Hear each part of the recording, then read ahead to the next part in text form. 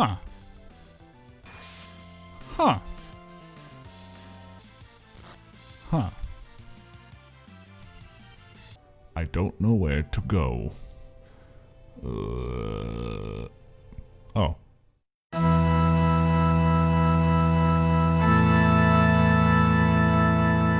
Right, here we go. So I'm playing the Game Boy Advance version of this game with the original music from the Super Nintendo patched back in, and I'm looking forward to it. I've heard good things. Jesus Christ, that's loud. Anyways. Right, as you can see, Game Boy Advance. Let's go! So, what is this series about? Or maybe just this video. I haven't decided yet if it's gonna be a series or not. Well, first things first, this isn't a Let's Play. I won't be recording every step of the way and taking you through it. But, you know, I wanted to record some of my thoughts and maybe reactions to some game moments. And I do have this channel along with my brother, so it only seemed fitting to somehow record this and archive it for the channel. So I wanted to sprinkle in some interesting tidbits along the way, maybe just have a nice chat. And if you're into that kind of stuff, just please keep watching. I wanted to sort of rationalize my choice for version of the game, this being the Game Boy Advance version, as I've said so many times before.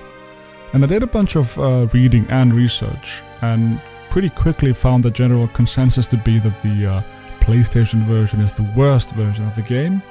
The Super Nintendo version had the best music and general best aesthetic, but it had some weird script differences. The script being translated by Ted Woolsey at the time, who took a lot of liberties apparently with the source material. I didn't want to play the phone version because I don't really like playing games on my phone, and the Steam version is pretty much the phone version, and it's very blobby and weird, and I really don't like the whole cell phone aesthetic. So I found out that people generally rather like the Game Boy Advance version, except the music is quite compressed and sort of garbled. So online I found a patched version of the game that includes the old Super Nintendo music, as well as some aesthetic changes like brightness and lighting, and this seems to be a rather sort of beloved port of the game. And it also includes the new and improved, or at least more accurate script that is found in the newer versions of the game, so it seemed like a win-win. Now this scene that we're looking at right now, I can see why it's such an iconic scene. The music is great, and it's so atmospheric even though it's only a pixel-based game like this. And I must admit I have tried playing this game before, I think around 4 times by now, and I always give up around half an hour in. The beginning really didn't, and it still doesn't really grab me. I've never been much of an old-school, hardcore JRPG fan. I'm born in 1990, and the first proper Final Fantasy game I played was Final Fantasy VII, and that was 1998 when it came to Iceland. And I remember me and my brother, we went to a shop that no longer exists, and we bought this huge box that the PC version came in. And it was, you know, a sort of life-changing. I had never ever seen anything like it before. I mean, nobody else had either. And the game after that, I sort of missed out on 8, because I didn't have a PlayStation. I had a Sega Saturn, which is sort of just evil. But I did get to play 9, which is top 3, to be honest. But the game that really sort of stuck with me is Final Fantasy X, which really is a beloved game in many aspects, but it's also divisive, I guess. I know many people who don't like it at all. If you followed our channel, first of all, thank you. And if not, welcome. You might have noticed that we do emphasize Final Fantasy X quite a lot. It was really quite a formative game for us both. And it's one of the few games that I've finished to 100% completion multiple times, which is saying a lot for me these days.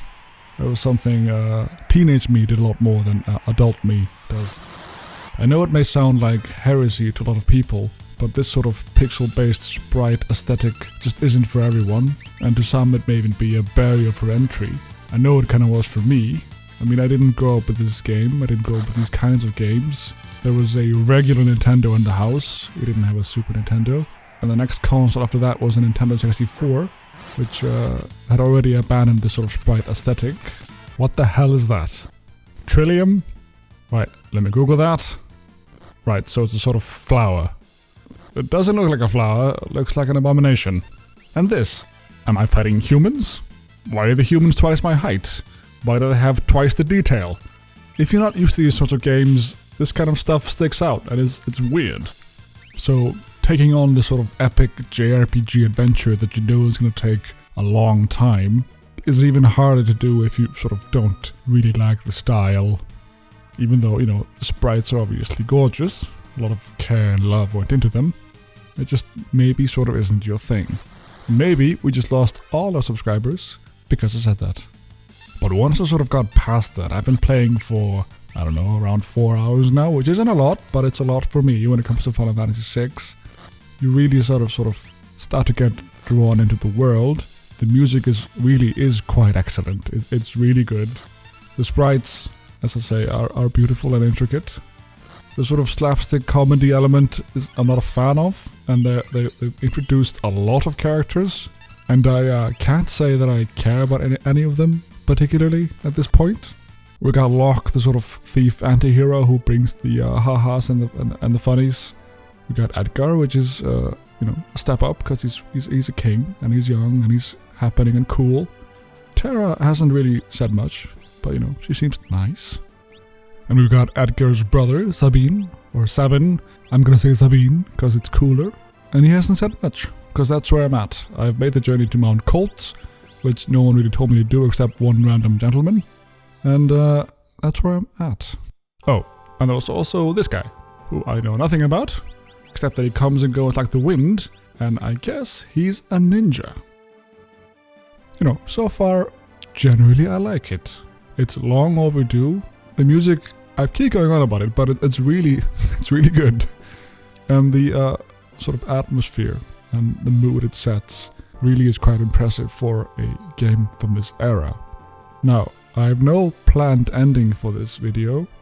If you want to see more of this, you know, nonsense, please subscribe, leave a comment, just, you know, tell me what you want. Because this is the first sort of free-form video I do.